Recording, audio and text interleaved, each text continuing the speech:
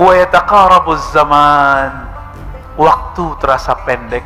Taqarab, dekat sekali. Kayaknya baru kemarin saya nggak bisa ngisi waktu kita keluar kota ke Pekanbaru awal bulan Pak ya. Sekarang udah nyampe aja akhir bulan. Bentar lagi udah 40 hari aja rasanya Pak. Tapi nanti jika keluar Dajjal, masa dia sama seperti zaman dia dulu keluar di zaman Sayyidina Musa, 40 hari. Tapi rasanya seperti 40 tahun. Kuat kan tuh, menegangkan Pak nanti. Aneh nggak tahu nih, antum masuk kemana ntar nih? Masuk tentara Dajjal ke tentara Al-Mahdi? Dua aja ntar tuh, dua aja Pak ntar. Satu kelompok Dajjal, satu kelompok Mahdi. Dan yang menyedihkan sekali, mereka saling bertakbir ketika perang. Kelompok Dajjal bertakbir, kelompok Mahdi bertakbir. Loh, siapa yang bersama Dajjal? Itulah yang disebut dengan Khawarij. Kelompok apa? Khawarij. Menghalalkan darah umat pakai ayat-ayat. Ayat itu untuk orang kafir, dipakai untuk sesama muslim. Nah, dan ini mulainya dari hal yang kecil-kecil. Bibitnya sudah muncul sekarang di Indonesia. Mulai mengharamkan maulid Nabi dan mengatakan maulid Nabi itu menyerupai Nasrani. Kalau menyerupai Nasrani kufur nggak? Ada nggak maulid serupa sama Nasrani? Itu kan suuzon aja Pak. Dan sudah mulai setiap tahun kita jelaskan, udah kita jawab, nggak paham-paham juga dia. Kadang nggak mau dengerin kita. Apalagi setiap musim Isra Mi'raj di peringatannya diharamkan, wajar, karena hadis-hadis Isra Mi'raj adalah hadis membatalkan akidah Allah bertempat di langit. Maka mereka nggak senang tuh ya. Baik. Taqarabaz zaman, yataqarabaz zaman. Waktu pendek, sebentar udah berubah. Kenapa waktu terasa cepat? Karena setiap waktu terisi dengan aktivitas, penting atau tidak penting. Coba, adakah di antara antum kalau nggak ngaji lepas dari handphone? Kan nggak ada. Ada nggak? Nggak ada ya? Kecuali yang tugas, dia lagi tugas nih. Yang kerja di kantor, mulai buka handphone, buka laptop. Tahu tuh udah pagi aja, udah sore aja, bener? Ya. Tahu udah besok lagi. Begitu terus. Ya taqarabuz zaman. Maka waktu itu dibagi dua. Ada waktu yang antum sebut detik, menit, jam, hari, minggu, bulan. Oh Ustadz, gak boleh nyebut minggu. Ya salah ya. Ini cuma persoalan bahasa, nggak usah repot. Minggu ini dari gereja, udahlah. Banyak hal-hal yang dari gereja, dari masjid, dari Buddhis, dari Hindu kita pakai secara bahasa. Yang penting tidak dipakai secara ritual. Antum menyebut neraka, neraka bahasa apa? Sanskerta orang Hindu pakai. Pahala, pahala bahasa siapa? Kalau pakai bahasa Arab kan lucu. Ajrun, ajrin. Orang nyebut kurang ajrin lagi. Ya. Diterjemahkan ulama kita menjadi karma, pala, hilang karmanya jadi pahala, sama dia. Jangan saklek, ilmu jangan pakai kitab Wikipedia atau Wikipedia. Ilmu itu pakai ilmu, kalau bab tauhid pakai tauhid ya. Jadi boleh nggak nyebut ahad dengan minggu? Boleh, tapi kalau di kampung saya orang nyebutnya ahad Pak. Akad malah, kampung saya nyebutnya ahad, akad. Hari apa? Hari apu gitu. Hari akad gitu. Nggak tahu kalau kampung Pak Mirwan. Bener, akad Pak, atau ahad.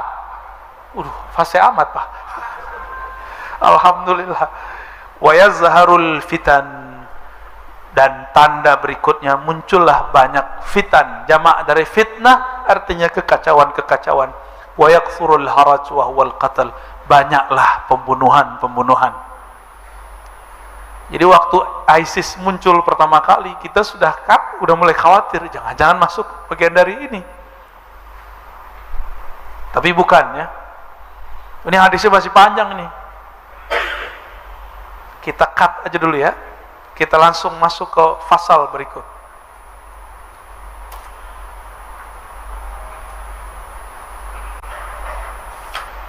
Ini beberapa riwayat saya loncat.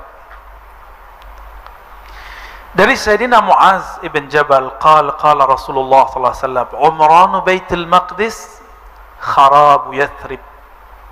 Apa artinya itu? Kemakmuran Baitul Maqdis adalah kehancuran Yathrib. Yathrib ini nama kota Madinah. Madinah itu sebelum Nabi datangi disebut dengan Yathrib. Wa kharabu Yathrib khurujul malhamah. Jika Madinah sudah runtuh, sudah hancur, siap-siap terjadi malhamah kubra, perang dunia ketiga. Perang dunia kedua udah ya. Kalau antum tiap hari perang dunia ya, sama pasangan ya. Wa khurujul malhamah fathul Konstantiniyah. Terjadinya perang dunia terakhir itu adalah awal terbukanya gerbang Konstantinopel kesekian kalinya. Wa fathu Konstantiniyah khurujud dajjal. Jika itu sudah ditaklukkan, itu arah ke Eropa maksudnya. Turki itu kan ada satu semenanjung, yang semenanjung itu sebenarnya Eropa. Jadi ada Turki Eropa, ada Turki Asia. Turki Eropa ini sebenarnya yang Konstantinia yang awal itu lebih luas sebenarnya kekuasaannya. Jika itu takluk, maka itu adalah tanda keluarnya Dajjal. Oke, coba kita lihat lafaz pertamanya. Umran Baitul Maqdis. Makmurnya Baitul Maqdis itu adalah kehancuran Madinah. Bapak saudara makan Allah, orang di luar sana mengukur keahlussunnahan saya dengan cara yang tidak sesuai dengan kaidah ahlussunnah. Apa itu? Ar-Razi ini pro Hamas atau bukan? Ada nggak dalam kitab ahlussunnah bahwa antum itu sah ahlussunnahnya kalau pro Hamas atau tidak? Coba kalau ada tunjukin ke aneh satu kitab aja. Ada nggak? Sok-sok tua lagi yang ngomong nih ya, dan menyebut saya ini anak muda kemarin sore. Ya salam, ya. Ngakunya mantan salafi dia nih, tapi ternyata mantan ikhwan muslimin ternyata. Kita nggak anti dengan ikhwan muslimin, kita tidak anti dengan Hamas, tapi boleh nggak kita beda opini dengan suatu kelompok? Boleh. Coba antum buka berita tentang baik yang bahasa Arab, bahasa Inggris, itu bahasa Indonesia. Siapa saja yang berjuang di Baitul Maqdis, di Palestina, di Gaza dan sekitar, ada 4 kelompok. Ada 4 kelompok, Pak. Hamas itu terkenal di Gaza. Sebelumnya dulu ada Yasser Arafat. Ini umur-umurannya Pak Mirwan pasti tahu. Bener. Jangan-jangan favoritnya nih. Wah, antum favoritnya? Perjuangannya? Ya nggak apa-apa, Pak. Berarti nggak pro Hamas dong. Tuh kan, mulai bingung kan? Yasser Arafat itu dia pergerakannya namanya Al-Fat. Al-Fat itu dulu persis seperti Hamas sekarang. Angkat senjata perang. Ingin membebaskan Al-Quds dari Israel. Sama seperti Hamas. Sampai hari ini sama. Perbedaannya, Yasser Arafat kemudian sudah lelah berperang. Dan dia menemukan gak mungkin begini hidup damai kalau kita tidak menghargai satu sama lain. Disitulah Yasser Arafat kemudian ditinggalkan oleh kelompok-kelompok yang lain. Maka Hamas pun kemudian buat rumus. Siapa yang menganggap Israel itu eksis, berarti dia pro Israel. Fair nggak ngomong begitu? Yasser Arafat disebut pro Israel. Kan nggak fair begitu, Pak. Dulu kelompok Al-Fat ini persis sama kayak Hamas, perang. Tapi mereka udah capek perang. Maka jika ada pergolakan sekarang di sana bisa jadi pergolakan sesama mereka. Ada 4, Pak. Ada Tahrir Palestina, ada macam-macam. Termasuk yang sekarang yang dianggap sebagai presiden, itu kan nggak diakui oleh Hamas. Dan dia nggak punya kas negara, Pak. Yang sekarang jadi presiden Palestina itu kelompok yang lain lagi tuh. Jadi ada 4 kelompok di sana, ada yang nasionalis, ada yang agamis, ada yang nasionalis religius, ada yang haluannya Ikhwanul Muslimin, itu Hamas. Al-Fat itu mirip-mirip kayak orang NU.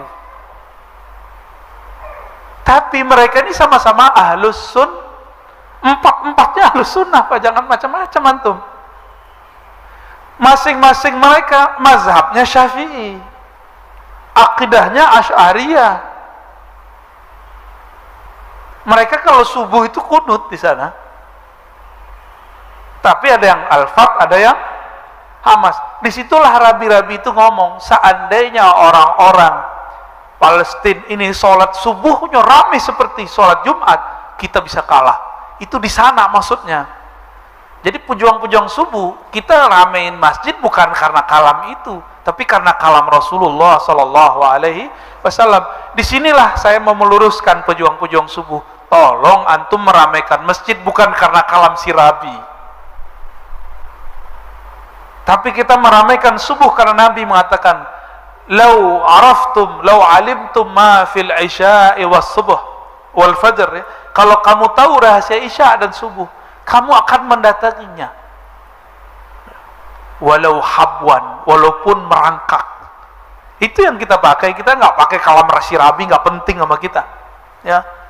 Kebangkitan itu ditandai dengan di saat tubuh ini malas, antum bisa mengkondisikannya. Saat malas kita bisa tetap tidak malas. Bayangkan nanti di saat-saat muncul ketegangan luar biasa ini. Jadi dari dalam hati yang paling ujung kita sangat menginginkan Al-Quds itu merdeka. Benar gak? Terbebas dari Israel, benar. Namun antum mau ikut yang mana itu terserah. Mau ikut Al-Fat, mau ikut Hamas, itu opini politik aja. Kayak di negeri ini antum ada yang ikut NU, Muhammadiyah, emang itu jadi standar? Kan nggak masalah. Pak Mirwan aja Muhammadiyah, amalannya udah jadi NU kan? Nggak ada masalah tuh. Ada kawan kita Muhammadiyah, gayanya udah gaya Salafi, nggak ada masalah bagi kita. Yang penting dia siap untuk berbeda. Masalahnya mereka nggak siap berbeda. Jadi nanti ini para dai itu akan dipecah dengan opini. Ini baru opini Al-Quds. Kita ini semuanya mendukung perjuangan Al-Quds. Tapi antum yang sudah pernah ke sana, kalau kita kirim dana ke sana, nyampenya ke siapa kira-kira? Kita kalau masuk bayar visanya ke siapa, Pak? Israel. Terus kawan saya mau bawa barang ke sana, apa yang terjadi? Nggak bisa masuk. Orang diperiksanya sampai 7 kali. Maka perjuangan-perjuangan kita tentang Al-Quds ini kadang-kadang lebay. Semua kita berjuang, tapi antum harus ingat, yang bisa menaklukkan Al-Quds itu cuma tentara Al-Mahdi, gak ada lain. Ini kabar gembira plus kabar buruk.